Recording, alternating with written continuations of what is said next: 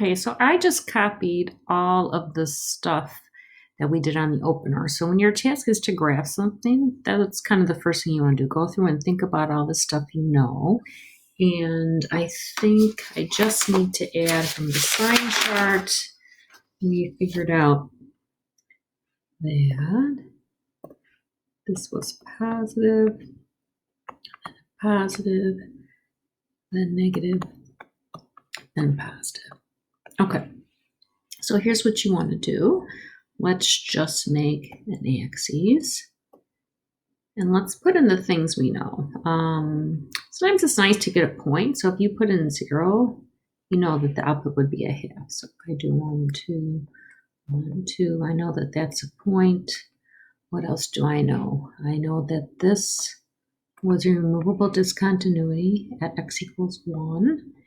And we said that that was worth 1/3.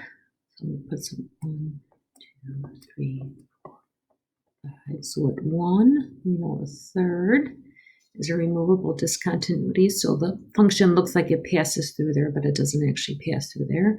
We know that we've got a 0 at 2. We know that at 4, we've got a vertical asymptote. And we know that the line, I can draw y equals 1 as a horizontal asymptote.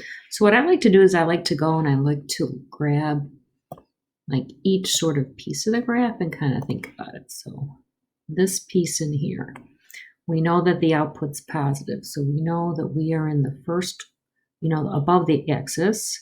We know that we have to pass through this point, and we know we're going to level out to this line. So you're like, oh, I know it kind of, and that's actually all the way through 1. Oh no, all the way through 1. So you're like, oh, so you know it's going to look like this. Okay, and then when you get from 1 to 2, you're still positive, but you know you have to connect these points. So this would be some kind of smooth curve.